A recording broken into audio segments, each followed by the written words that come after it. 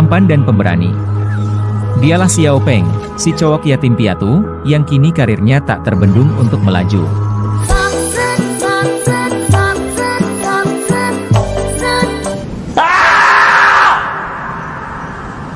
Namun di balik keberhasilannya, ada saja orang-orang yang tidak suka, hingga membuat tuduhan dan fitnah keji.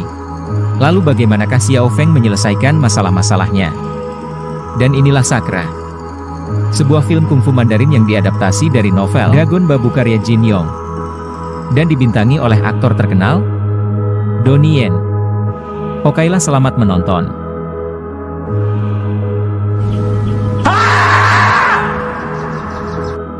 Cerita diawali dengan diperlihatkannya seonggok bayi tak bertuan, yang diletakkan di depan pintu rumah sepasang suami istri tak beranak pinak.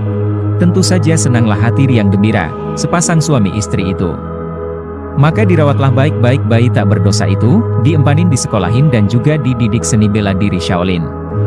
Dalam perkembangannya terlihat jelas bakat luar biasa anak itu. Selain cerdas dan tangkas, anak itu juga mempunyai keberanian luar biasa. Di usia belia, ia telah bergabung dengan sekte Kaifang, sebuah sekte pengemis, pembasmi keangkara murkaan.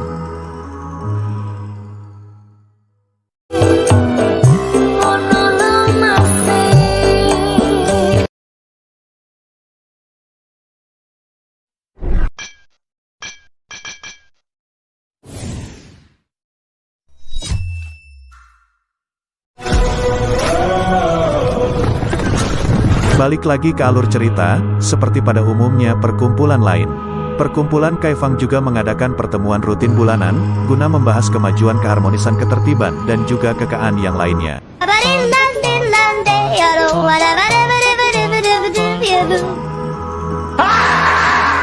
Pada pertemuan inilah, Xiao Fu yang tak lain menjabat sebagai ketua Kaifang, harus dihadapkan pada kenyataan pahit.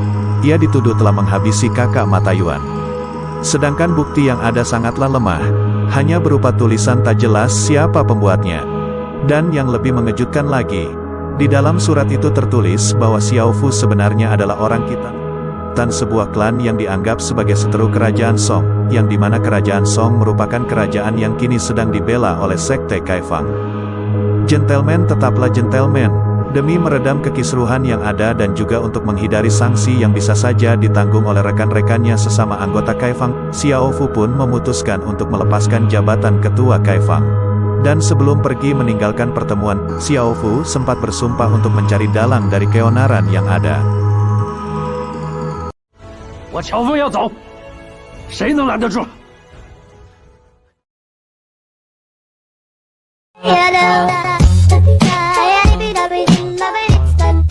Setitik nila rusak susu sepentil-pentilnya.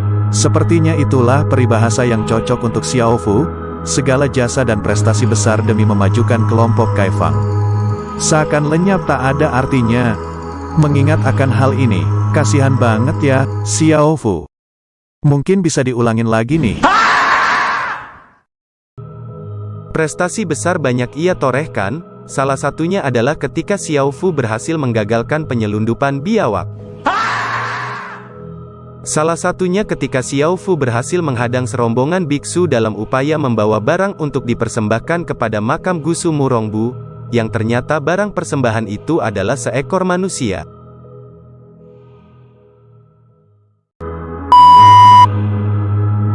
Pusing ya, maksudnya begini, sebesar apapun jasamu terhadap sekelilingmu, akan dianggap tak ada nilainya, ketika kamu melakukan kesalahan, walaupun bisa jadi kesalahan itu adalah hasil rekayasa dari orang yang membencimu.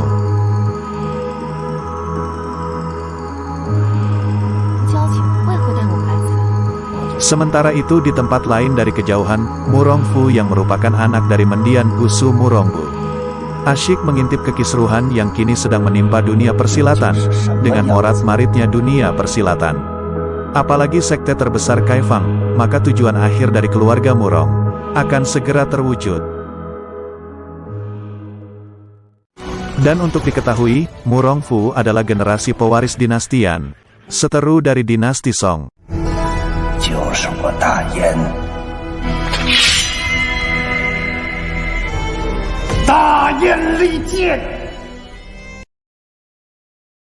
Merasa bahwa siasat melumpuhkan lawan telah berjalan lancar, Murongfu pun memerintahkan salah satu asistennya untuk menyusup ke kuil Shaolin.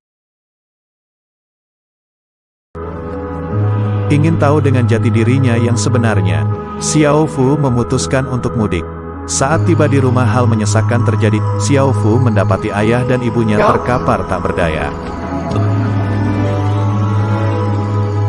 Galau gelisah gundah gulana, perasaan seperti inilah yang mendorong Xiao Fu untuk berkunjung ke tempat di mana ia belajar di waktu kecil. Namun Xiao Fu tidak menyadari, bahwa kedatangannya secara diam-diam ke tempat meditasi Sifu senior justru menambah deretan fitnah yang diarahkan kepadanya.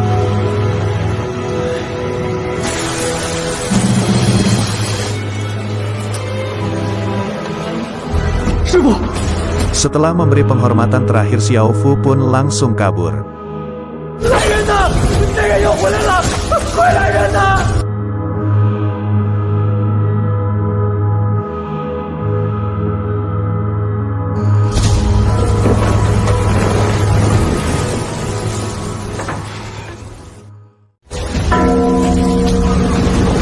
Pergi sesaat untuk kembali, dirasa ada yang janggal. Xiao Fu mengikuti biksu muda yang tergesa-gesa memasuki tempat penyimpanan kitab pusaka. Ia pun ditangkap oleh Xiao Fu. Namun kesalahpahaman semakin berlanjut, Xiao Fu dianggap bersekongkol dengan wanita bertopeng, mencuri kitab pusaka.